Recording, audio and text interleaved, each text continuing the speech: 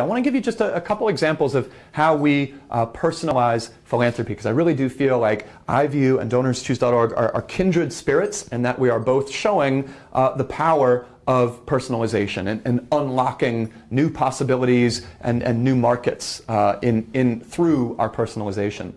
So if you go to our site, there are about 40,000 classroom project requests live at any moment, and that's a lot to choose from.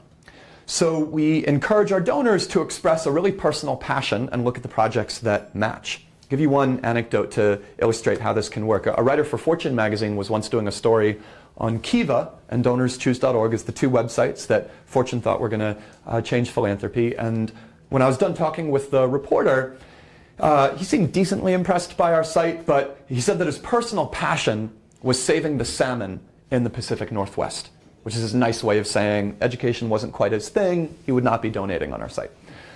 But before I left the room, I did a keyword search for salmon on DonorsChoose, and up came 5 classroom projects focused on saving the salmon in the Pacific Northwest. The second result was a project from a teacher at a public high school in Oregon who had created a salmon hatchery in the river flowing by his school, and he needed hip waders for his students to maintain and build out the salmon hatchery that he had built. The top result for keyword search salmon was a project from a teacher on an island off Alaska, teaching in a one-room schoolhouse.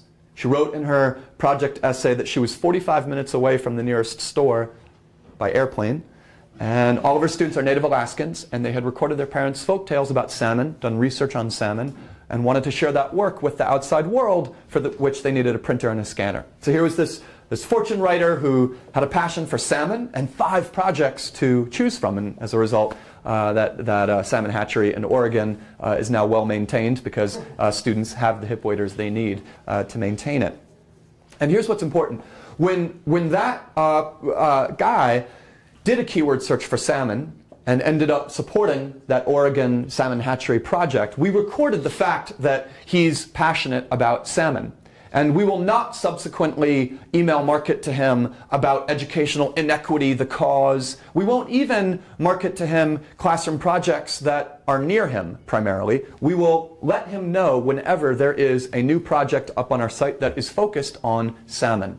And if that same person has also searched for classroom project requests on the other side of the tracks in his own community, we will record that as well, and on a monthly basis we'll send him a classroom project that's on the other side of the tracks in his community, and a project matching keyword search salmon, and projects matching any other passions or affinities that this donor has expressed when finding a project that makes his eye twinkle. So that's one way that we personalize philanthropy.